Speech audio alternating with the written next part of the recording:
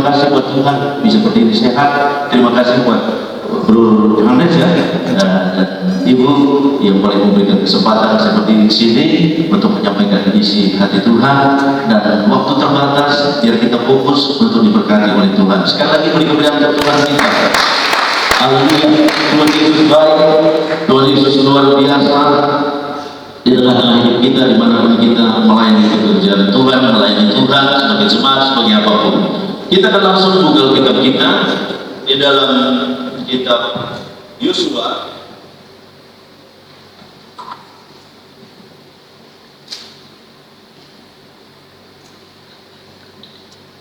Iya, Yosua pasal yang ke-14.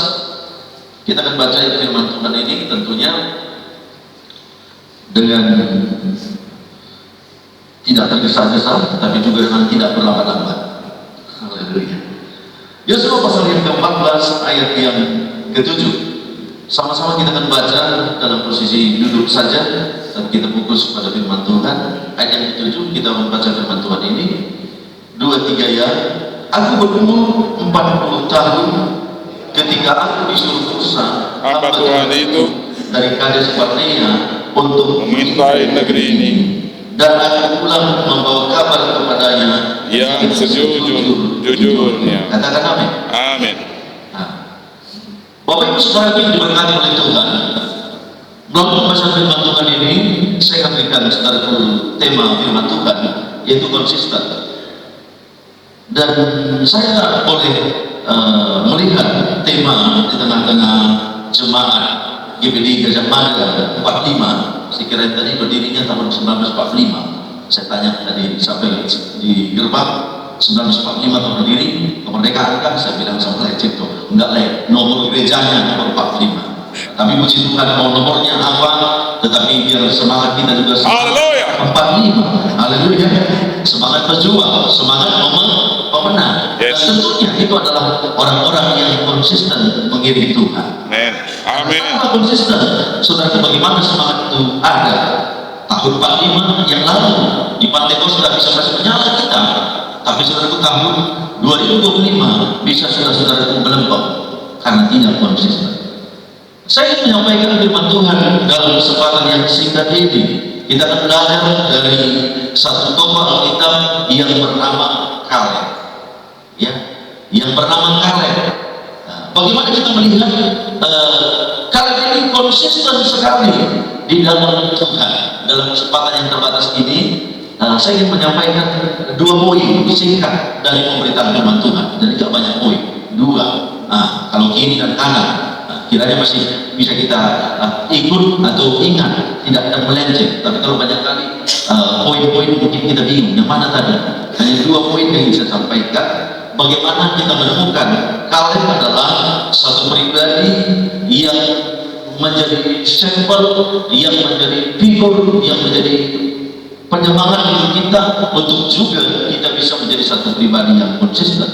Di mana dalam hal apa saja kira-kira Kaleb ini menjadi satu orang yang konsisten di dalam mengikut Tuhan atau senantiasa mengasihi Tuhan. Kita menemukan pada ayat yang ke-7 ini, ketika ungkapan ini itu keluar dari bibir mulutnya sendiri. Dia berkata, Bapak Ibu, dia katakan bahwa aku berumur 40 tahun ketika aku disuruh Musa hamba Tuhan itu dari Kades Barnea untuk mengintai negeri ini, dan aku pula membawa kabar yang sejujur-jujurnya. Sangat menarik sekali firman Tuhan ini ketika dia berbicara. Waktu firman, waktu perintah, waktu ada tugas dimandatkan dalam hidupnya, pada waktu itu dia sedang berumur atau ada di posisi umur 40 tahun. 40 tahun. Saya ngomongkan kebenaran firman Tuhan ini walau tidak sederhana cara, tapi ketika dia berbicara, waktu dia sampaikan, dia ulang kembali, dia ingatkan kembali Yosua, ya, karena dia menemui Yosua. Siapa Yosua? Ini adalah pada waktu umur 40 tahun dia sama-sama mengerjakan tugas yang sama-sama ditugaskan Musa.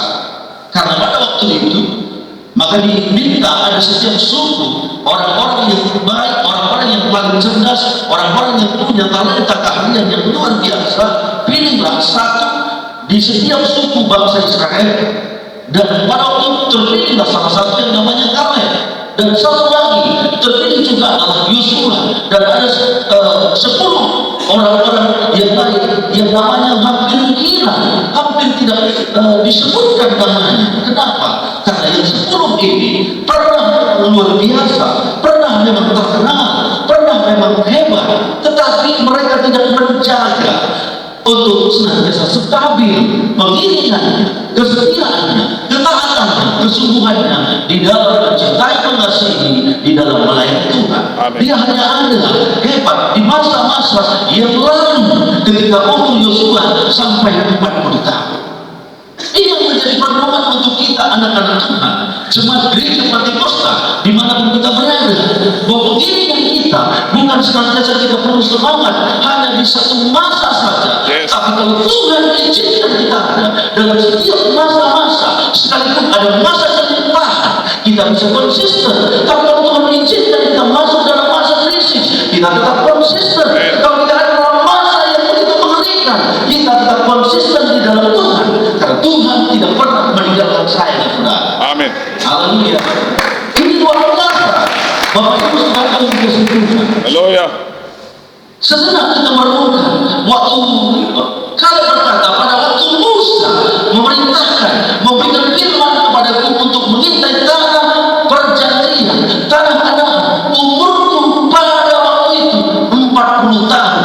Dia berbicara pada waktu itu dia masih muda, masih energi, masih luar biasa. Di dalam Alkitab kita menemukan bahwa ada begitu banyak generasi-generasi yang keluar dari Mesir setelah senantiasa Allah melepaskan sesuatu tulah, di mana anak-anak di Mesir, ya, anak-anak sulung itu mati hingga Raja Mesir mengizinkan dengan bebas keluarlah bangsa Israel ini untuk meneruskan, melanjutkan perjalanannya ke tanah perjanjian. Ada begitu banyak dicatat dalam Alkitab orang-orang yang keluar dari setiap suku-suku yang ada. Siapa orang-orang yang keluar ini? Adalah orang-orang yang Tuhan punya rencana mereka menikmati madu dan susu di tanah perjanjian. Tapi yang kita mencatat Bapak Ibu, bahwa senantiasa generasi-generasi yang keluar dari Mesir, awalnya mereka generasi yang baik, generasi yang benar, tapi dalam perjalanan menuju tanah perjanjian ada masa-masa yang kita boleh lihat di mana mereka mengeluh tentang makan dan minum, di mana mereka mengeluh tentang tidak ada bawa prei, tentang sesuatu yang nyaman, yang enak, ada bersungguh-sungguh. Bahkan ada banyak yang dicatat pemberontakan yang diarahkan kepada Musa, yang sesungguhnya tertuju langsung juga kepada Tuhan, yang mengakibatkan generasi-generasi yang keluar dari Mesir itu dicatat dalam firman Tuhan pada umur sekian sampai sekian. Tuhan tidak izinkan, hanya berjalan-jalan di padang gurun, padang yang tidak jelas, padang yang tidak senantiasa nyaman, dan di sana mereka mengalami kematian dan kematian. Siapa mereka ini? Kita boleh melihat betapa tersirat di dalam firman Tuhan bahwa Allah tidak merencanakan mereka mati, Allah tidak merencanakan mereka mengalami sesuatu penghukuman, tetapi itu mereka tuai karena sikap mereka sendiri. Yes. Amin. Tapi Yosua dan Kaleb punya sikap yang berbeda, dan dalam kesempatan yang singkat ini kita boleh melihat ada hal yang luar biasa. Saya menemukan begini, ketika Kaleb berkata pada waktu itu umurku 40 tahun, maka sebelum 40 tahun Kaleb ada dalam masa-masa, secara singkat ada masa balita Kaleb pernah lewati, ada masa anak-anak Kaleb pernah lewati. Kita bisa membuat senantiasa batasan umur berapa itu untuk konteks kita bangsa Indonesia sekarang. Ada masa remaja atau pra remaja dia lewati, ada masa anak remaja, ada masa pemuda dia lewati. Kalau boleh dari dia lahir sekolah minggu remaja pemuda, Kaleb ada di GPDI Gajah Mada 45. Haleluya. Haleluya. Jangan dibolak saya. Mafia rapi. Ada satu saksian, saya sangat terberkati dengan satu peristiwa tahun 99 ketika kami baru merintis pelayanan di dalam Tanah Karang. Sekarang kami di Medan sejak tahun 2000. Ada satu bapak yang meninggal, dia guru SMP, dia jemaat di mana saya sebelum menikah menjadi pekerja, dan dia tugas di dekat pelayanan saya. Saya dengar meninggal, saya melayani di kampungnya di daerah Brastagi. Di acara ketika dia datang ibadah mau pengukuran, gembala yang menyampaikan firman Tuhan, dia sampaikan begini. Yang meninggal ini namanya Marga Sumakti, pengguru. Itu seorang dokter ada di Turki dalam bahasa Indonesia, kalau bahasa Arab pengguru, jadi guru. Gembala berkata begini, pengguru ini waktu dia lahir, saya serahkan dia kepada Tuhan. Ketika dia dibaptis, saya yang membaptisnya. Ketika dia menikah, saya yang memberkatinya di gereja Brastagi. Dan hari ini nangis gembala ini, Tuhan izinkan saya juga harus menguburkan dia. Haleluya. Haleluya. Betapa konsisten pengguru sempat ada di ini. Yes. Haleluya. Haleluya. Betapa konsisten dia ada di ini dari lahir sampai dia meninggal, dia ada di gereja di mana dia diberkati oleh Tuhan. Haleluya.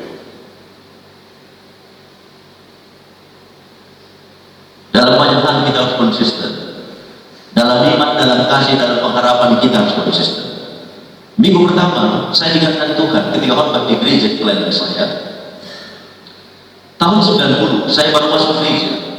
Ada ketua pemuda saya yang selalu bujuk saya, dia panggil nama saya, "Berta, ingat ya, kita malam minggu ibadah pemuda." Oh, saya jadi kalau saya datang nanti dia jumpai lagi saya, bahkan dia jemput saya. Tapi setelah saya jadi hamba Tuhan, saya keluar dari kampung dari daerah Biji. Saya ketika pulang ke kampung, saya tanya mama saya, "Mama, di mana sekarang?" Saya pakai namanya, ini yang bagian ini. Oh, dia tidak gereja lagi. Bahkan bukan tidak gereja lagi. Doanya bukan lagi di tangan, bukan lagi begini, masih syukur ada persamaan. Tapi doanya udah begini, bahkan harus banyak gerakan udah. Padahal dia itu adalah ketua pemuda ketika saya baru masuk ke gereja, yang sering mensupport saya, yang sering memotivasi saya. Dan 3-4 hari kemudian, ya, di media sosial ada satu teman yang berulang tahun. Saya katakan ini teman saya di daerah pelayanan saya dulu sebelum saya di BPD. Ya, saya katakan selamat ulang tahun Pastor. Saya kenal pendetanya, ada satu yang sudah langsung komen, "Pak Berta, orang jual-jual Pak Pendeta." Saya lihat siapa ini, sok kenalkah atau siapa? Saya pikir, saya lihat profilnya, saya tidak kenal. Akhirnya saya komen, "Ya, Horas jual-jual Bapak. Mohon maaf, saya minta maaf karena dia tidak jangan saya lupa. Udah 52 tahun, ya bisa mulai lupa saya pikir. Saya bilang begini, saya komen di situ, mohon maaf di mana ya, saya tidak pernah jumpa." Akhirnya dia komen, "Pak Pendeta, saya adalah remaja yang dimana Bapak melayani dulu." Hari Minggu saya baru khotbah di depan jemaat, saya ingatkan kesaksian betapa kita perlu harus konsisten. Hari Rabu dalam minggu yang sama sebelum saya berangkat ke sini, sebelum minggu kedua, saya komunikasi dengan seseorang yang berkata, "Saya remaja di gereja yang Bapak layani." Dan lebih jauh dia ingatkan, "Oh, aku dulu di sini." Hanya saya kirim, saya minta kirim nomor telepon, saya telepon dia. Saya ambil lupa, dan dia ingatkan satu hal. Waktu ada orang lumpuh di rumah ini, waktu begini, waktu Bapak doakan, saya ada, saya ingin berdoa bersama dengan Bapak. Akhirnya saya tanya, "Masih ada masalah?" Karena saya takut seperti itu. Dulu dia ada di belakang saya, tapi hari ini dia entah di mana-mana berada. Akhirnya katakan, "Oh, puji Tuhan Pak, saya di gereja ini." Dan ingatkan satu hal, ini dari saya paling kecil, waktu Bapak di sana umurnya 4 tahun, tapi di gereja pendeta yang Bapak ucapkan selamat ulang tahun, dia akan main drum di sana. Ada pribadi-pribadi yang konsisten, tapi ada pribadi-pribadi yang mundur dari Tuhan. Tentunya kita ketika belajar melihat kebenaran firman Tuhan, Bapak Ibu Saudara, waktu kita Kaleb, di mana konsistennya Kaleb? Saya sampaikan satu poin yang pertama yang kita temukan konsistennya Kaleb di ayat ini. Kita boleh melihat yang pertama, Kaleb ini konsistennya dalam hal apa? Tunduk, taat, loyal pada otoritas di mana dia ada. Haleluya. Tunduk, taat, loyal, hormat pada otoritas di mana dia ada. Waktu dia berbicara, pada waktu itu umur 40 tahun, dia ingatkan satu hal, bahwa pada waktu itu yang menjadi gembala untuk konteks kita sekarang bagi hidupnya adalah Musa. Tapi waktu yang berbicara di sini, gembala pimpinannya adalah Yosua. Tidak mudah Bapak Ibu menghormati, menghargai, tunduk, apalagi selevel taman di sahabat, apalagi waktu kita belajar, kita pintar, kita lebih mungkin ada di 5 besar, dia tidak pernah 5 besar, tapi ketika satu masa Tuhan percayakan dia menjadi pemimpin leader kita, ini kita lebih tinggi terus, prestasi kita lebih banyak, tapi dalam hal mungkin satu bidang dia menjadi pemimpin kita tidak mudah. Bilang sama sebelahmu, tidak mudah. Haleluya. Tidak mudah. Sering itu hal yang sulit. Hal yang sulit. Tapi yang menarik ketika kita baca nanti pada ayat yang ke-9 atau 10. Waktu Kaleb berkata, pada hari ini umurku sudah 85 tahun. 45 tahun dari masa ketika kita sama-sama menerima tugas itu. Dia katakan kepada Joshua, pada umur 85 tahun, pemimpinnya, leadernya, kalau boleh gembalanya untuk kita konteks kita dimiliki adalah teman seleting, teman selevel, teman seumuran, tapi dia masih tetap memberikan satu kehormatan. Haleluya. Pengakuan, penunjukan. Ini hari-hari yang banyak hilang. Saya di Sumut, jabatan saya digitalisasi, bukan mau promosi, hanya itu wilayah. Kalau berbicara minta job, saya percaya saya minta job jadi anggota ini goal, karena saya di barisan terdepan atau mendukung kedua yang terpilih. Tapi tidak. Ada beberapa yang sekarang duduk di MD, ketika dia masuk pelayanan di Sumut, dia masih berintis umur jauh lebih muda. Sekarang duduk di MD. Waktu itu ketika baru dia masuk ke sana, dia panggil saya Om. Ya, tapi akhirnya dalam waktu kami sama-sama di Majelis Wilayah, ya, sama-sama di Majelis Wilayah. Akhirnya ketika sudah sama-sama di Majelis Wilayah, dia panggil saya Bro. Sekarang dia bingung, karena dia panggil saya Pak, ya, karena saya panggil apa? Mulai dia bingung. Tapi saudara di GPD ini, anak-anak Tuhan harus belajar kepada firman Tuhan, bahwa kita sebagai jemaat, sebagai orang percaya yang digembalakan di dalam pelayanan, tetap memiliki penundukan, ketaatan, dan loyalitas kepada leader, kepada pemimpin, kepada gembala, hamba Tuhan yang Tuhan percayakan di setiap generasi hidup kita. Haleluya. Ini ada dalam hidupnya Kaleb. Ini ada, dan ini harus menjadi pembelajaran dalam hidup kita, agar kita memiliki penundukan, loyalitas, ya, ketaatan kepada siapa? Kepada otoritas dalam pelayanan, dalam penggebalaan, dalam senantiasa pemimpin-pemimpin rohani, siapapun beliau, latar belakang apapun beliau, kita tetap memberikan penghormatan, dan hal itu harus kita lakukan dengan konsisten, karena itu menyenangkan, memuliakan Tuhan. Amin. Ini yang pertama. Ini yang pertama. Dan ada kita lihat jelas. Ada kita lihat jelas. Kenapa itu bisa dilakukan? Segala sesuatu nggak ada yang bisa lagi. Nggak ada nggak ada. Semua yang dilakukan oleh Kaleb ini karena semua proses yang baik, yang benar, bukan instan. Saya tadi singgung benar, dididik dengan benar, dengan sehat, norma-norma yang benar. Tahun 2022 saya antar anak saya ke Palangkaraya.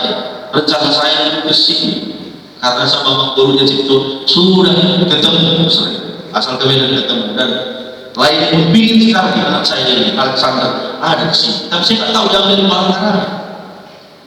Akhirnya secara sikap saya antar dia di GBD dia sedang Palangkaraya, pendeta di Sumasa. Saya antar, saya titip anak saya di sini untuk digembalakan, dan saya beritahu bahwa Alex, kamu tidak boleh pindah dari gereja ini, walaupun kiri kanan buka belakang ada GBD ini. Kamu tidak boleh pindah dari gereja ini, digembalakan di sini. Dan gereja itu setiap minggu ada multimedia, setiap sudut tertangkap kamera, dia ambil sudut sini, dia ambil sudut sini. Jadi saya dari Medan tinggal pantau, lihat Facebook gereja, saya tinggal lihat. Ada selalu di mana posisinya kelihatan. Jadi kau kelihatan, kadang-kadang saya pun nanti besok telepon, tapi ketika saya lihat tidak ada, saya udah lihat, saya bukan lagi, nggak ada. Saya telepon, aneh, iya Pak. Selamat hari Minggu, selamat hari Minggu. Ibadah tadi, ibadah Pak. Dia bilang, ibadah di mana?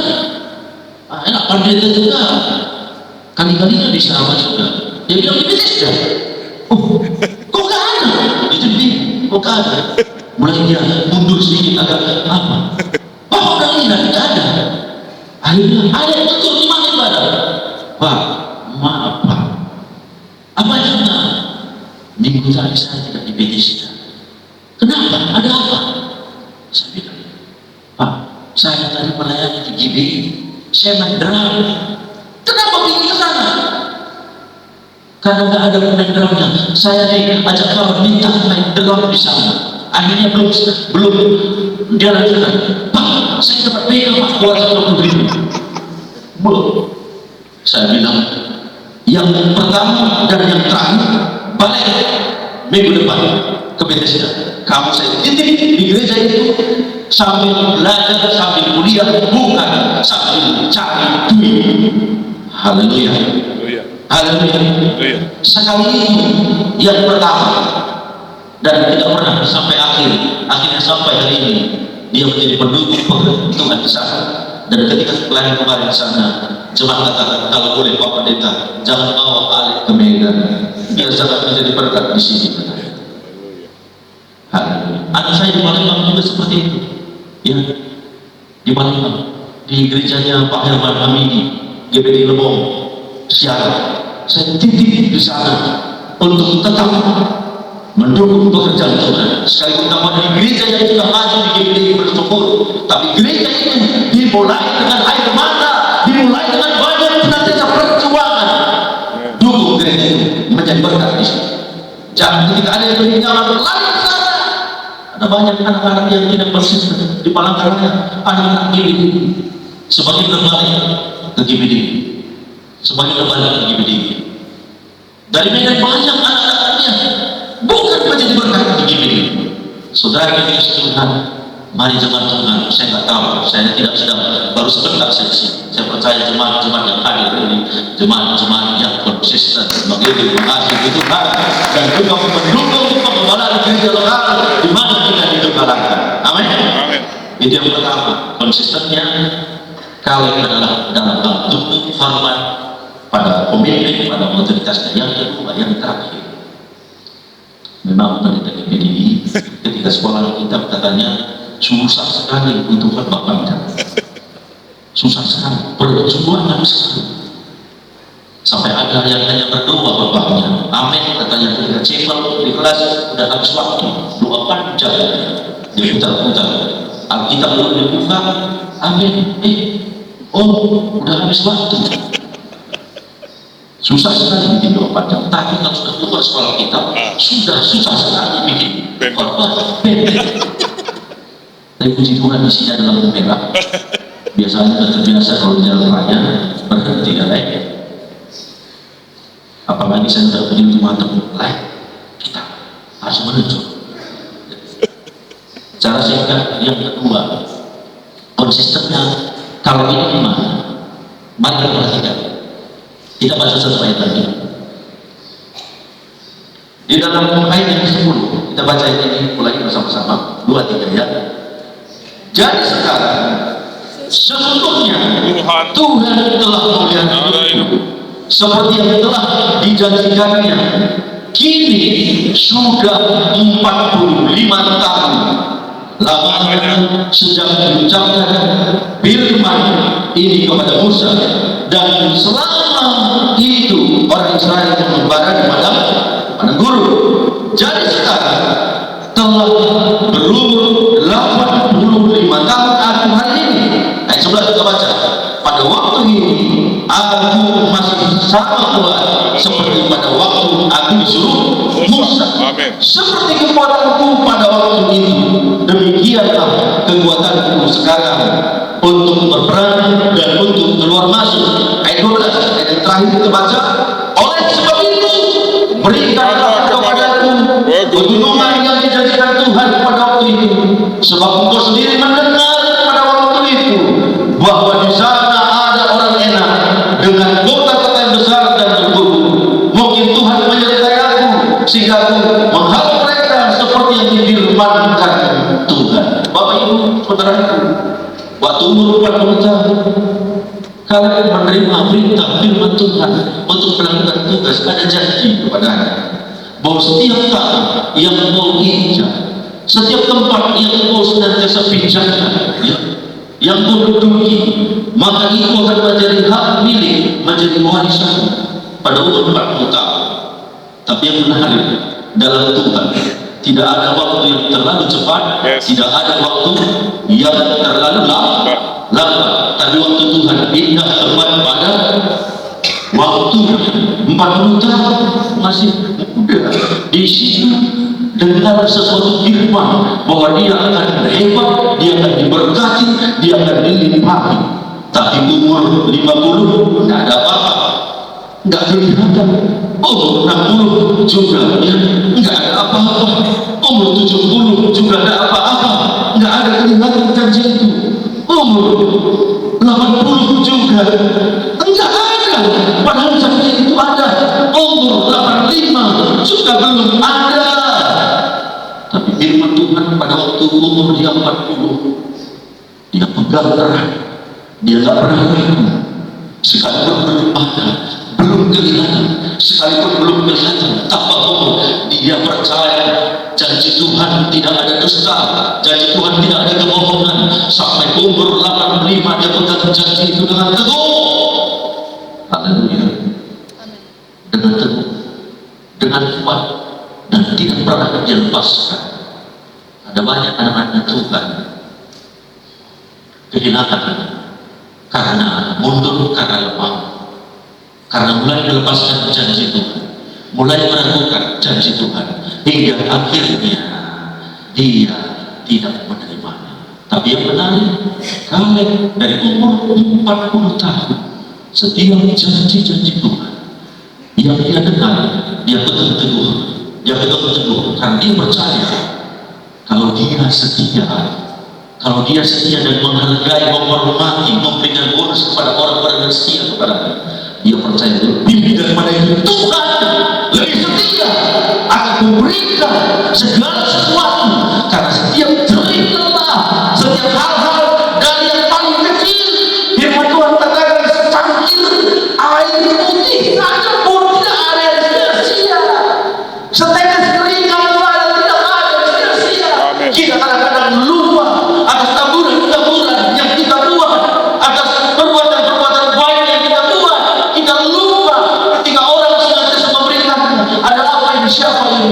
Bapak saya bilang bahwa yang dulu layani, bahwa yang lakukan ini, barang kita tidak ingat. Karena waktu itu tulus kita melakukannya, tulus kita mengerjakannya, dan kita lakukan itu karena Tuhan. Maka itu Paulus katakan kepada jemaat Kolose, apapun yang kau perbuat dengan segenap hatimu. Kalaupun itu untuk manusia, lakukan itu untuk Tuhan. Amin. Dia memberkati kita. Kalian pegang teguh itu janji-janji Tuhan. Makanya masih sampai 85 tahun dia masih semangat. Haleluya. Haleluya. Haleluya. Haleluya. Bagaimana kita hadir pagi ini? Masih kita semangat, masih kita pegang janji Tuhan dengan teguh. Jangan ragukan Tuhan. Jangan ragukan Tuhan. Saat tahun 2022 dia operasi buntu infeksi, harus dibawa ke rumah sakit aja di Bali Pusat, dioper dari rumah sakit Bunda Tamrin karena tidak mampu. Sehingga kita harus dioperasi, dan sebelum operasi dokter katakan dia akan pasang stoma, dia akan dioperasi mudah-mudahan setelah 3 hari dia masuk ruang ICU, dia akan pasang ventilator jam 12 malam masuk. Dan saya tanya dokter berapa jam proses operasi saya? 3 sampai 4 jam paling lama Pak Pendeta. Jam 12 malam masuk. Saya melihat jam 1, 2, 3, 4 saya kasih bonus. Jam 5 paling lama saya kasih Pak. Saya berdoa sendiri di rumah sakit. Jam 6 ada panggilan, jam 7 ada panggilan, jam 8 ada panggilan. Mulai saya datang. Jam 9 tak ada panggilan, mulai tak benar. Mulai, oh siap-siap saya juga. Betul. Sampai hampir jam 12 baru ada panggilan. Saya datang. Ketika dibuka, suster sudah selesai operasi istri saya. Ngomongnya udah kecil. Susternya bilang ikut saya Pak. Ikut masuk satu lorong dan akhirnya belok. Ketika belok, saya lihat seperti misbah tempat pembakaran. Istri saya begini terbaring, semua yang ada di perutnya ada di baskom kecil seperti stainless di sana. Saya bilang, dokter, masih hiduplah istri saya. Dokter bilang begini, Pak Pendeta, kalau lihat di sini udah tidak ada lagi, tapi monitor, syukur dilanjutkan, tapi monitor masih berfungsi dengan baik. Tadi gimana Pak? Saya sudah air mata gimana? Kalau RW saya kerjain sendiri, istri saya tidak, saya potong sendiri, saya angkat, saya bakar sendiri, saya belah sendiri. Tapi ini yang begini bukan bagian saya. Saya sudah ketakutan. Akhirnya dokter katakan, Pak Pendeta berdoa supaya kami bisa mempertahankan mana yang harus dipertahankan dan membuang mana yang harus dibuang. Waduh, ini tambah berat lagi. Ini jangan-jangan ketika keluar bukan lagi seperti yang saya ketahui. Tapi saudara Tuhan baik, jam 6 sore keluar dari ruang operasi, akhirnya semua bebas tanpa pasang ya stoma, tanpa ada ventilator, tanpa ada operasi di 2 minggu, tidak ada makanan apa hanya memenuhi cairan terus di rumah sakit ada mani. Tapi ada lagi satu tapi ya, ketika dokter katakan, Pak Pendeta, kami sudah menemukan ada kista, kami sudah bersihkan. Jadi sesuatu kebaikan gara-gara tersebut pecah. Dan saya pikir sudah selesai. Ada lagi, Pak, kami menemukan ada vertikal. Ini harus masuk lab 2 minggu baru hasil keluar. 2 minggu ke depan hasil keluar, istri saya dinyatakan kanker khusus. Waduh, dengarnya kalau berkanker semua bilang pasti mati. Harapan sedikit. Kanker khusus. Singkat cerita, melewatinya begitu berat. 6 bulan kemo pertama, 2 kali sebulan, setiap kemo 3 hari harus opname, dan sepanjang kemo sudah bolak-balik. Kawan kemo itu pulang-pulang satu-satu, pamit satu-satu. Pamitnya bukan pulang ke rumah, pulang selama-lamanya, harus disorong. Dan seringkali ketika saya jaga istri saya, disorong itu tempat mayat yang ada tutupnya masuk. Di sini kah? Kata Tuhan apa? Aduh, mau dijemput. Kalau nggak semangat, pulang. Saya pikir kapan bagian, kapan kami, kapan saya. Dan berkali-kali dia berkata, saya sudah capek karena reaksi seperti itu. Tapi 6 bulan dilewati, dan ketika harus setelah masa siskan yang pertama, saya berharap sekali, serius sekali, sukacita sekali baru terkatakan hasil sudah bersih. Dan waktu dia diingat lama dia berbicara, dia katakan, Bu, maaf hasilnya belum bersih. Tepat itu 10 malam dari kota Medan, pusat kota. Saya bawa mobil itu saya di sebelah, tidak ada, mulai keluar dari ruangan dokter, tidak ada sepatah kata, saya tidak kenal kamu. berdua jalan tapi masih satu sasaran, ke mobil yang sama. Dia duduk, saya mulai jalan, tidak ada sampai di rumah sebelah kanan, tidak ada kami saling cakapan, kayak tidak saling kenal. Tapi kami menjalin komunikasi, menangis sepanjang jalan sampai di rumah. Pas lagi posisi doa sebelum malam, menangis di kantung, lagi jalan lagi kemo yang kedua selama 6 bulan lagi. Puji Tuhan, setelah 6 bulan kedua, apa yang kalian pegang? Kalian pegang 45 tahun, kami hanya 6 bulan. Tapi itu generasi sekarang yang namanya masalah ini, kalau boleh begini, jangan sampai 1 hari, 2 hari, jangan sampai. Kami hanya 6 bulan lagi Tuhan izinkan, walau berat, tapi ada percaya. Sejak itu setiap mau ke rumah sakit, istri pakai lipstick, bedah, rapi ke rumah sakit. Nggak ada orang tahu dia yang kena cancer. Setiap ke meja perawat, ibu siapa yang sakit?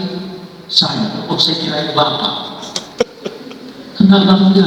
Hanya 3 kelas 6 SD atau 5 yang cewek kemarin di Medan. Abang yang besar di Palembang mengajar, abangnya sudah di Palangkaraya, pengerjaan ada. Saya belajar ke pasar, saya masak, saya ada sekolah, saya cuci, saya gosok, saya semua. Waktu saya 90 berapa kemarin? 98 kali bobot saya. Tapi karena Tuhan izinkan ada badai, ada persoalan. Wah, betul-betul dia yang luar biasa. Haleluya, haleluya. Jadi sebelumnya saya tak lambung yang begitu patah gara-gara dia. Saya tak makan nasi pagi setiap pagi. Saya tak makan nasi tetap lambung. Dokter katakan harus makan bapak, tapi sedikit makan 3 kali kalau sedikit makan berkali tapi sedikit. Saya tidak sekali makan itu untuknya 1 kali. Udah besar sekali. Puji Tuhan, akhirnya berubah. 2 minggu di sini naik lagi. Dan malam kan ada timbang ya, tempat lecito. Wah, saya bilang 78 lah ya. Saya bilang saya mau ke 70. Biar kata ini, biar nyaman dikit, biar saya anak saya ya, padahal sekarang begini. Aduh, luar biasa. Aku yang berjuang semakin kecil, kamu berjuang semakin besar. Tuhan itu baik. Ini datang tepat pada waktunya. Berdiri istri saya senang, ya kan? Lulus selama sendiri khusus semua hanya karena Amin. dan anugerah kebaikan. Yes. Hanya dengan memegang janji Tuhan. Saya nggak tahu masalah persoalan, apakah besar atau kecil, apapun masalah kita. Medan Pontianak masih Indonesia, lagunya Indonesia Raya, Yesus kita masih sama. Tidak tahu apa masalah dalam rumah tangga dalam pernikahan kita. Agar janji Tuhan, Tuhan Yesus memberkati. Saya serahkan kepada Kristus.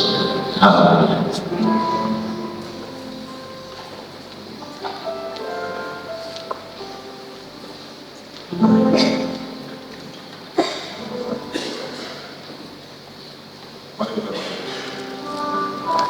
Ini aku percaya, tiada yang mustahil bagiku. Kuasa-Mu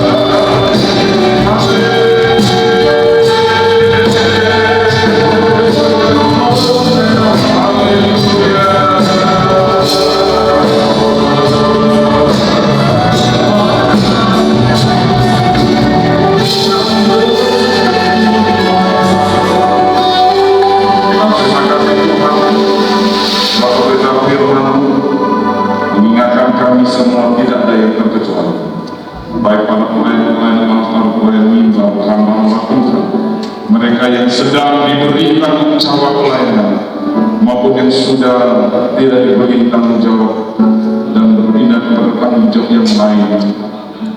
Kami percaya Tuhan, kapanpun waktunya, sebagaimana Kaleb di 40 tahun usianya dan sampai di usia 85, firman Tuhan mengajarkan konsistensi, ketaatan, kesetiaan, percaya tetap sungguh kepada Tuhan, dan bahkan Tuhan tidak pernah ingkar janji.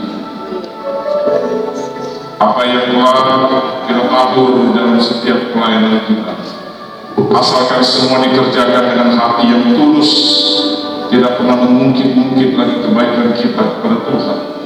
Kenapa? Karena Tuhan sudah terlebih dahulu menyerahkan nyawanya secara manusia untuk menembus kita yang harusnya binasa dan memasuki neraka yang kekal. Oleh darah tubuh Kristus di salib Golgota, Ia sudah memberikan berkat yang terbesar yang tak pernah tergantikan oleh apapun di dunia. Dengan kuasa darah dan bidungnya Yesus, kita disembuhkan. Oleh kuasa darah dan bidung Yesus, kita disucikan. Oleh kuasa darah dan Yesus, biru-biru Yesus, segala kutuk-kutuk nenek moyang 5 generasi di atas kami yang sudah melakukan doa atau mungkin belum pernah melakukan mereka, Bapa, dalam nama Yesus, dalam kesempatan yang baik ini, kami bersatu, kami berkatakan dengan ini, segala kutuk dari nenek moyang penyembahan berhala mungkin ada di atas kami, baik bagi kami yang sudah melakukan doa atau yang belum dan akan mendengar. Kami angkat iman kami. Tuhan bukan memberikan masa depan yang kecelakaan, tetapi masa depan yang cerah penuh dengan berkat Tuhan. Kami patahkan, kami putuskan segala perjanjian apapun dalam kuasa-kuasa yang bukan daripada Yesus. Segala kutuk-kutuk keturunan dari nenek moyang yang tidak kami sadari mengalir dalam kehidupan dan kami patahkan, kami hancurkan, kami tolak, kami usir, kami hanguskan dengan kuasa di dalam nama Tuhan Yesus Kristus. Kuasa mengalir di dalam kehidupan kami. Segala pengharapan berkat apapun, segala apapun yang mencoba menghalangi berkat Tuhan mengalir dalam Tuhan kami, Tuhan dibebaskan oleh kuasa darah Yesus, dan kami hidup di dalam perkenanan dan pemulihan Tuhan. Tutup buku senantiasa umat-Mu, berkati setiap langkah kehidupan kami, berikan ketaatan, ketundukan pada otoritas, kesetiaan sampai mati hanya kepada Yesus Kristus. Dimanapun kami ditempatkan, Tuhan berikan kami roh kesetiaan, bukan karena kuat dan gagah dan hebat kami, semua karena kasih kami Tuhan. Berkati hamba-Mu Bapak Purba yang langsung berminta izin untuk melanjutkan pelayanan di tempat PBI Ayani 2 Extra Jos, dan kami semua juga memberkati pelayanan hamba-Mu ini dan pelayanan yang di daerah Medan perbatasan Brastagi, dan kami juga mendengar semua firman ini, kami dikuatkan, dipulihkan, diteguhkan di dalam nama Tuhan Yesus Kristus. Haleluya. Amin. Silakan.